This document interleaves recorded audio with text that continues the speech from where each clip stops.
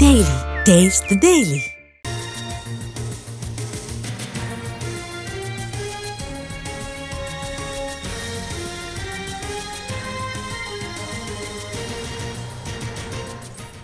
మోసగాళ్లు తెలివి మీరుతున్నారు. సినిమాలు చూసి ఇన్స్పైర్ అవుతున్నారు. అచ్చం కుబేరా సినిమా తరహాలోనే ఓ అమాయకుడిని మోసం చేశాడు ఓ వ్యక్తి.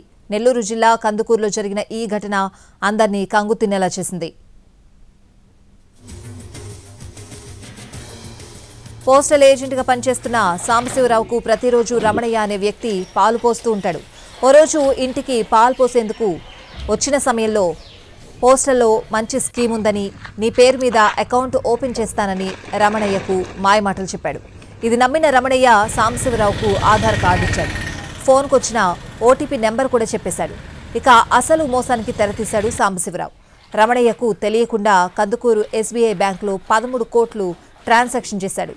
ఇంత పెద్ద మొత్తంలో లావాదేవీలు జరగడంతో అనుమానం వచ్చిన బ్యాంక్ అధికారులు ఆధార్ కార్డు అడ్రస్ ఆధారంగా రమణయ్య ఇంటికి వెళ్లి ఆరా తీశారు. అయితే తాను పాలు అమ్ముకునే వ్యక్తినని, తన ఆధార్ కార్డు సాంబశివరావుకి ఇచ్చానని చెప్పాడు. దీంతో మోసం జరిగిందని తెలుసుకున్న బ్యాంక్ అధికారులు అకౌంట్ క్లోజ్ చేశారు. తూర్పు కంపాలం నేను పాలు అమ్ముకుంటా ఉంటాను, బరుగులు పెట్టుకొని. సాంబశివరావు పాలు పోస్తుంటాను. నాకు పాలు పోస్తుంటాం కాబట్టి ఇది మీద మనకు పాన్ కార్డు ఆధార్ కార్డు అడిగితే ఇచ్చాను. ఏదైనా ఓటీపీ వస్తుంటే చెప్పమన్నది చెప్పాను. అది ఈ మధ్య కాలంలో మీకు ఎవరన్నా అధికారుల నుంచి ఏదైనా ఫోన్లు అయినా వచ్చాయా? రాలేదు, ఎటువంటి ఫోన్లు కానీ రాలేదు. మీరు తర్వాత ఈ ఆధార్ కార్డులు ఎందుకు తీసుకున్నారు, ఈ ఓటీపీ ఎందుకు చెప్పాలని చెప్పి అతన్ని ఏమన్నా అడిగారా?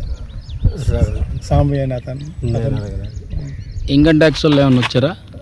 రాలేదు, ఎవరు రాలేదు. నీ అకౌంట్ మీద 15 కోట్లు మీరు ట్రాన్సాక్షన్ జరిగిందని అంటున్నారు బజార్లో, దానికి ఏమంటారు మీరు? నాకు తెలియదు. మా తూర్పు కంపాలం నేను పాలు అమ్ముకుంటా ఉంటాను, బరుగులు పెట్టుకొని. సాంబశివరావు పాలు పోస్తుంటాను.